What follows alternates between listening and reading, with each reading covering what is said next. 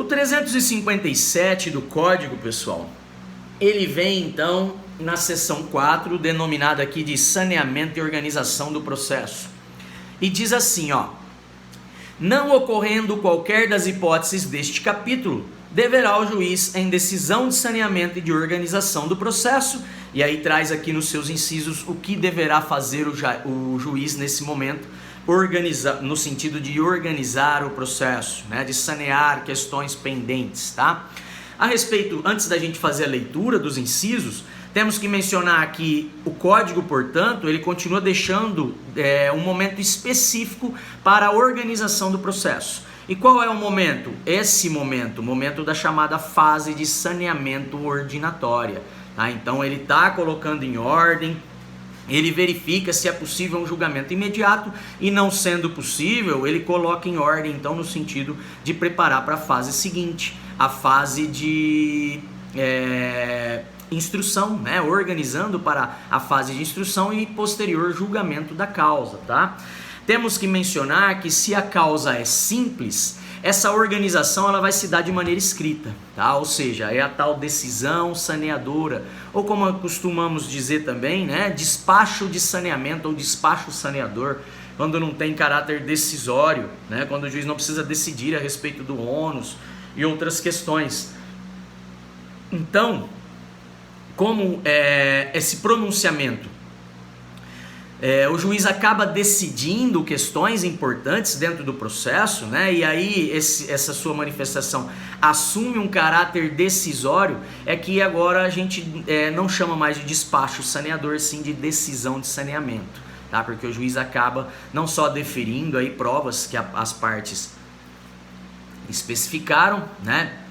Isso já tem caráter decisório quando ele indefere uma prova e defere outra, né? Bem como a distribuição do ônus também é uma decisão judicial, né? Ou a redistribuição dele, certo?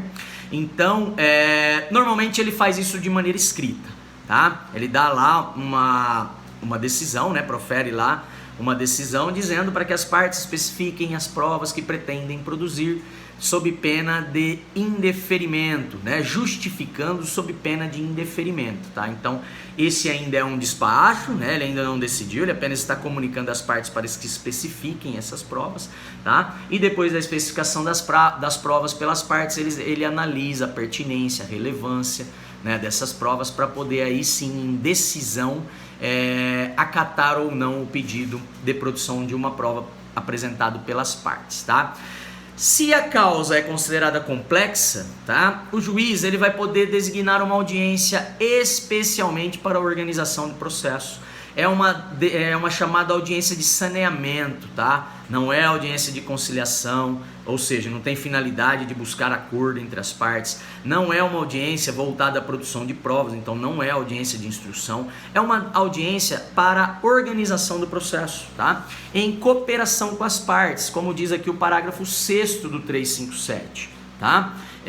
Que diz aqui então, o parágrafo 6º, eu vou ler o 357, os incisos, o que o juiz vai fazer então nesse momento processual, e depois a gente volta a tratar aqui dos incisos de maneira pontual, falando de cada um deles, tá? Então nesse primeiro momento é apenas uma leitura do artigo, e também depois falando do parágrafo 6º e 9º, que trata da audiência para saneamento nas ações chamadas de complexas, tidas como complexas, tá? Então, o 357 diz que, não ocorrendo qualquer das hipóteses deste capítulo, ou seja, o juiz não promovendo um julgamento conforme o estado do processo, ele vai, em decisão de saneamento e organização, inciso 1, resolver questões processuais pendentes, se houver, tá? Então, aqui neste momento, né, é o momento em que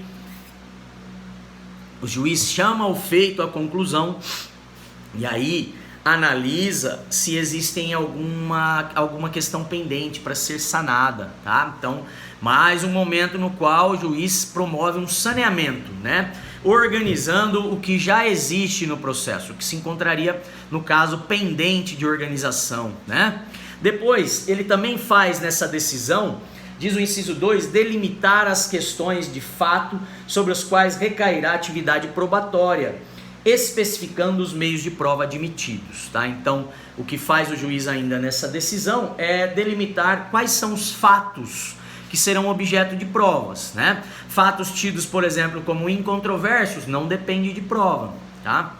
Então, ele vai delimitar o objeto de prova, né? Quais são os fatos que são objeto de prova, e já vai especificar, ou seja, ele irá deferir aquelas provas que foram especificadas pelas partes. Tá? Então ele também acaba, né, ao deferir, especificando que naquele feito serão produzidas provas testemunhais, né, prova oral, né, prova pericial. Tá? Então é nesse momento que o juiz irá também organizar o processo para a produção de provas, já verificando quais são os fatos que dependerão de provas. Né? Um fato depende de prova testemunhal, então essa prova será produzida, né? O juiz irá deferi-la. Um outro fato dependerá de perícia, precisa ter conhecimento técnico, né? Então o juiz ele vai de maneira específica também deferir a prova pericial, tá?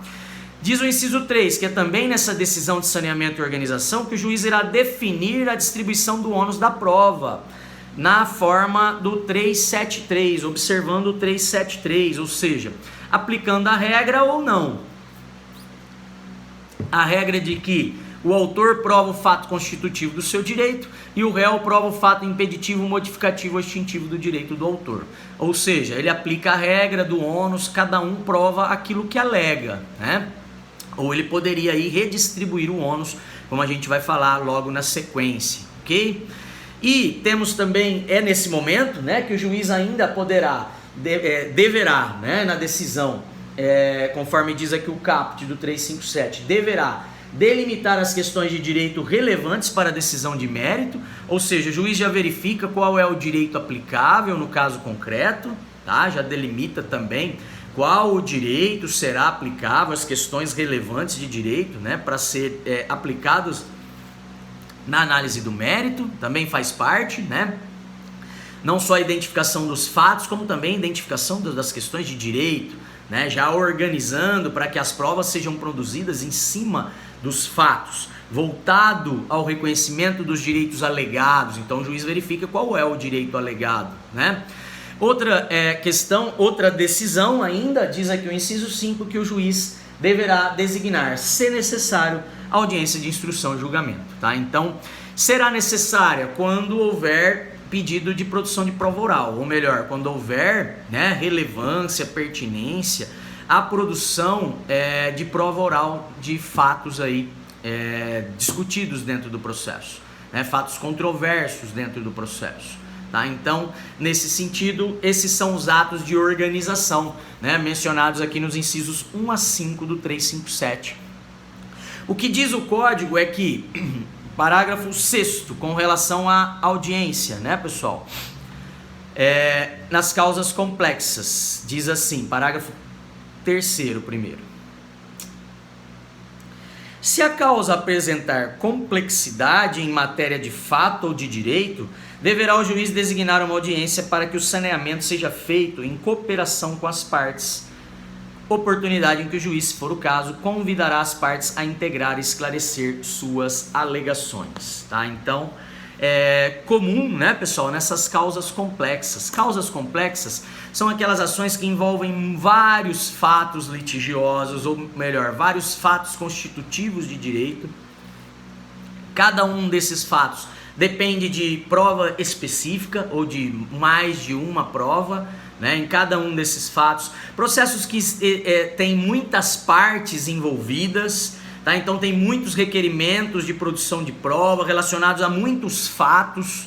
Tá? E nesse caso o juiz ele pode, ao invés de intimar cada uma das partes, analisar cada um dos pedidos de decisão, e decidir a respeito da produção de prova, ele marca uma audiência para essa finalidade e convida todas as partes, ou melhor, os procuradores a comparecerem à audiência, né, para que possa fazer essa delimitação, esse saneamento, essa organização em conjunto com as partes, em cooperação com as partes, né? O princípio da cooperação ele está previsto lá no artigo 6º do CPC.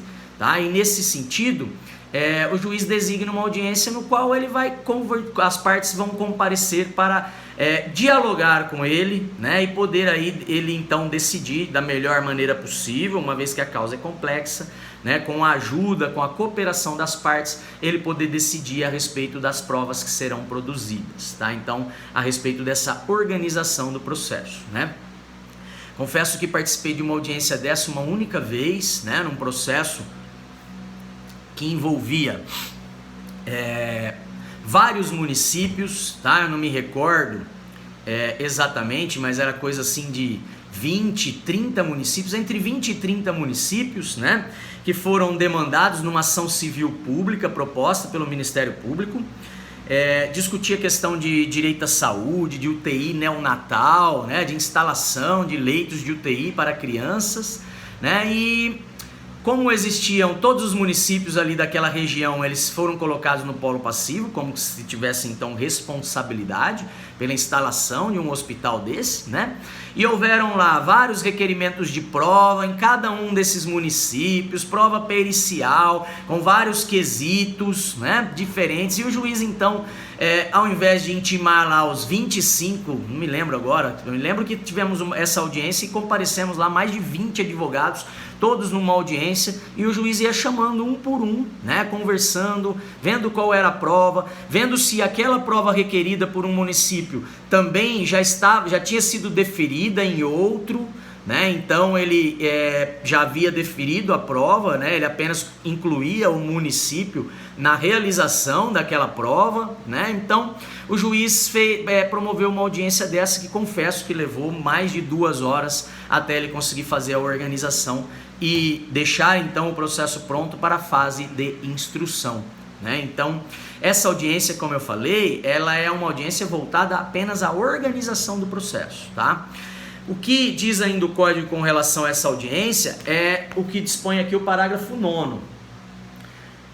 As pautas deverão ser preparadas com intervalo mínimo de 1 hora entre uma audiência e outra, tá? Então, se houver uma audiência desse tipo, tá? Ela deve ter pelo menos 1 hora, né? Uma vez que se trata de organização de causas complexas, entende-se que 1 hora é o mínimo para que se possa fazer essa audiência atingir o seu objetivo, fazer uma organização de forma efetiva, ok?